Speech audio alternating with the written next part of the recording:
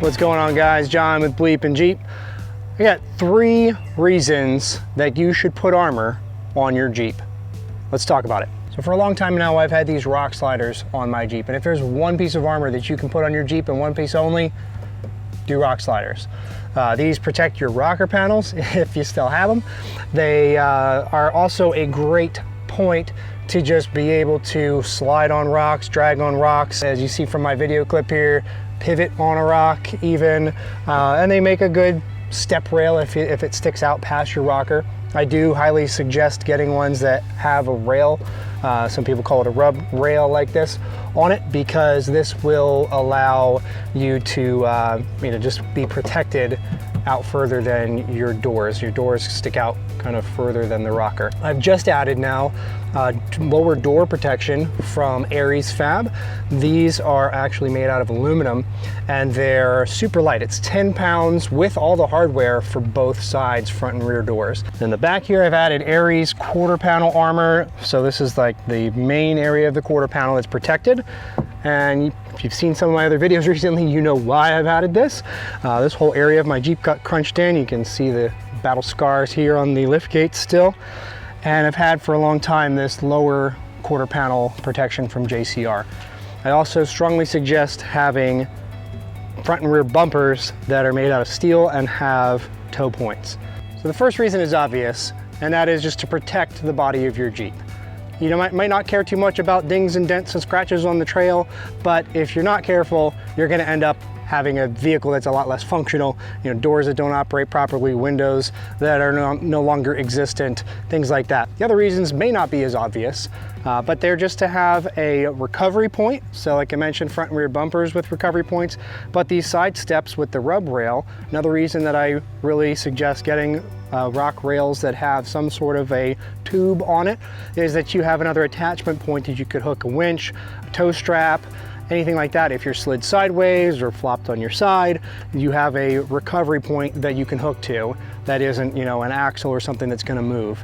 And the third reason is just to have a jacking point. So your stock front and rear bumpers are not gonna be able to lift up your vehicle, especially when it's all loaded down with camping gear and things like that. And you also don't really have a great way to be able to jack up from the center side of the vehicle. So the 3 reasons again: body protection from trail obstacles, rocks, trees, roots, and all that kind of thing. Recovery point to be able to get you out of some sticky situations or help someone else even. And the third reason is to have other jacking points than just your bumpers. I chose Ares Fab for the quarter panel armor. They were the only company I could find that actually curved the steel to match the curve of the body. To prep the metal, I first sanded it down with a coarse sandpaper and my dual action sander. I then used Eastwood pre-painting prep to clean the entire surface of the metal, spraying it on generously and then wiping it off with a clean cloth. Next, I used Eastwood's 2K epoxy primer to give all of the armor a good base coat.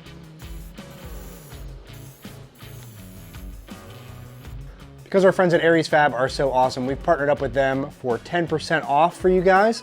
So just enter the code BleepinJeep at checkout and it'll save you 10% on that order. To get all this armor installed, you gotta remove everything that's in the way of getting into this quarter panel.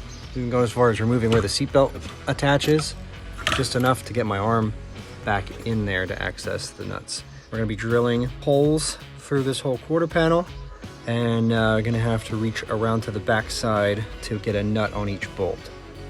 Best to have a second set of hands for this part. Mark one hole, making sure that everything's perfectly aligned before you do, and then drill that hole. Get a nut on the back side of this first bolt, and you can much more easily get the panel aligned exactly where it needs to be, and drill a second hole with easy access. You want a nice consistent reveal along the body line below the window, and make sure that all of your curves and bends are lining up exactly how they should be. It's again going to be helpful to have a second set of hands here, but you want to continue installing bolts one at a time to draw the panel in slowly. You may also need to use clamps where possible. And I also decided to make this washer piece, which basically just spreads out the load back in this corner where I found that the panel needed to be drawn in the most. Once you're happy with how the panel is fit and all the holes are drilled, everything's been test fit, dry, remove the panel, and now you can paint it. Next up, I'm installing the Ares Fab aluminum lower door armor. Depending on the type of body armor that you're talking about, they fasten in different ways. So what I'm working on right here now is going to be the lower door armor. And what Ares sends you for fasteners are a bunch of riv nuts. And well, the riv nuts are certainly the best choice for most areas, particularly in the middle of the rear door where you really can't get any tools to the inside. I'm preferring to mount mine primarily using a nut on the back side of it. So it's 1/4-20 hardware. I'm going to be using a 1/4-20 lock nut on the back side of these, most of them, which I will have to have a 7/16 wrench accessible on the back side to be able to get to that. So let's get started by laying out the armor and deciding where the first couple holes are going to go. Opening up the door here, the first 2 holes back here can both take a nut very easily. Leave all the ones along the bottom, I can get a nut on them, but up in here where the hinge is, it's a lot less easy to get a wrench back in there. And in one aspect, or one of the spots, it is completely impossible. Just gonna start by holding that up there. And what I found was these 2 bolts are the only ones that need riv nuts. All the rest of them you can get to pretty easily. I'm going to be coating these with vinyl. So for right now, I'm not really worried about minute scratches. You can see my paint's obviously already not great in a lot of these areas. So I'm gonna touch up any of the spots that look like rust might be forming, like there's paint chipped down to primer or bare metal. And I will be installing a vinyl wrap on top of this just to protect the paint, to serve as like a permanent barrier between armor and body. What I'm looking for is good alignment of these bends. Don't want any armor hanging below the edge of the door skin. And then beyond that, it's just the front to back alignment. All right, so I'm going with this aligned all the way to the back edge of the door. And again, making sure my angle alignments are good here. And drop a dot in the center of that. Then I'm gonna move up front here.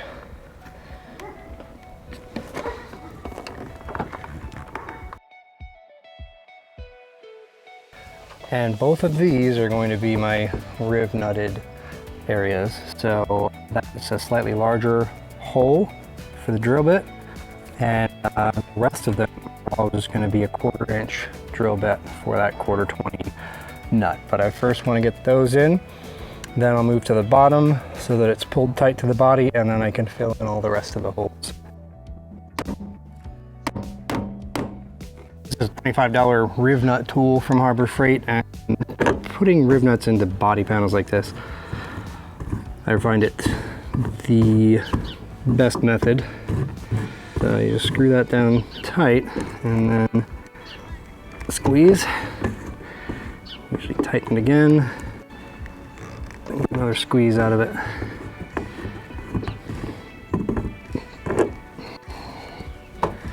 Make sure that looks okay.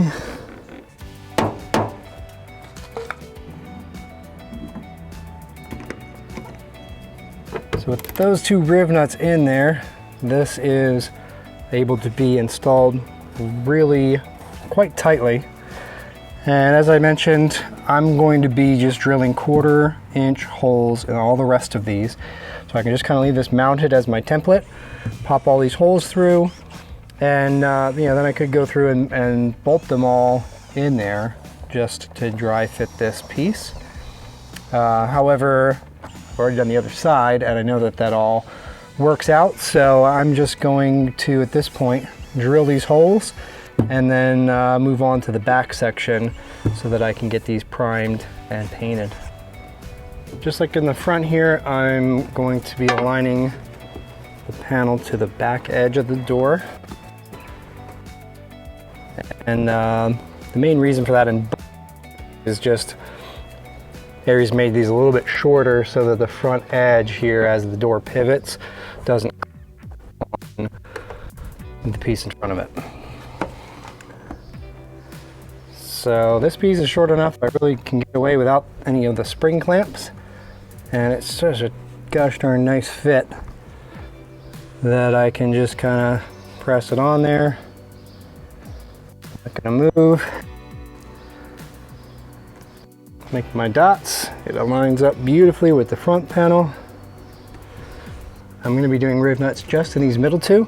The rest of them can all be accessed from the outside of the door with it open. I can get to this edge here with the nut on both of these, and actually in the front there as well.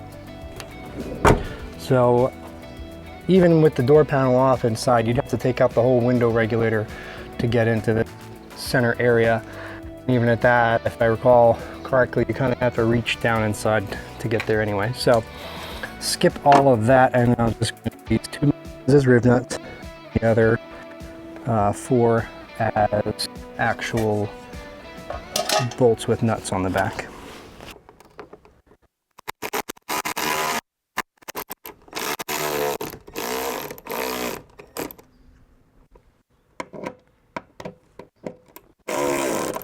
All right, so with all 6 of those holes drilled, I'm now ready to pull these and paint them.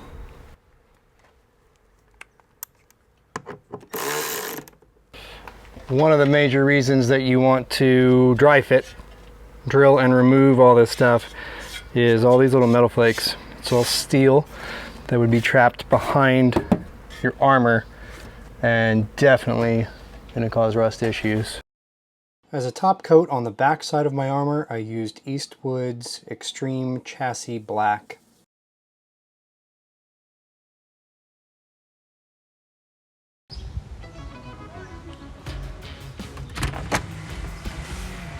Welcome to the paint booth. Typically my office, but that's air conditioning. And it's super stupid humid out. So I am in the process of mixing up some Monster liner here. So the Monster liner's got 3 parts. It's got your color, you're in trouble. The catalyst, which is like a hardener. And then of course the base, your actual bed liner. I got my rear bumper, door guards, rock sliders, hatch for my rear bumper, my lower quarters, my rear quarter, the main quarter guards, and then I could do my front bumper if I have extra. This You're in Trouble from Monster Liner is actually a super good match for the solar yellow. So I painted areas of this with Monster Liner has a door and jam paint, which is it's essentially their bed liner without the quite the same thickness and without the texture. So I figured this stuff would be easier to touch up if need be, and it's not going to peel quite like the bed liner if it were to get really scraped. I don't have experience with Monster liner, so I'm just talking from general bed liner experience that if it gets gouged real good, usually it comes off in a chunk. So I definitely want the top area of these, which there were no scratches in the top of these from any kind of rocks or branches or anything like that. So the tops of these, I want bed liner textured for grip. Also, the thinner paint area there, all in through there, that's going to be bed liner. These areas were all chipped up from just rocks and mud and salt, of course, hitting them, so I wanted to make sure that those are real good and covered as well. This is actually a Monster liner product called Chassis Saver. These I did a coat of Eastwood chassis black, and I did the door and jam paint from Monster Lighter on the insides of these, as well as the quarter armor and the door armor. Door armor is aluminum. Those are all painted with Eastwood's 2K gray primer, as is the bumper. So I'm ready to get started.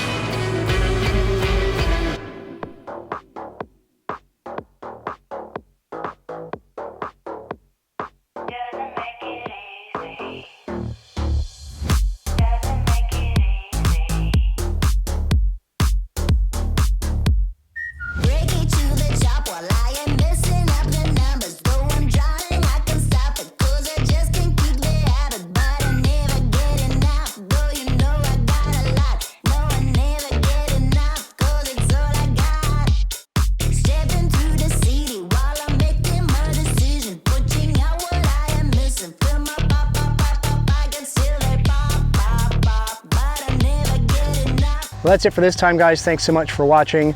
If you like this video, chances are you're gonna like some of our other content as well. So check out these videos here.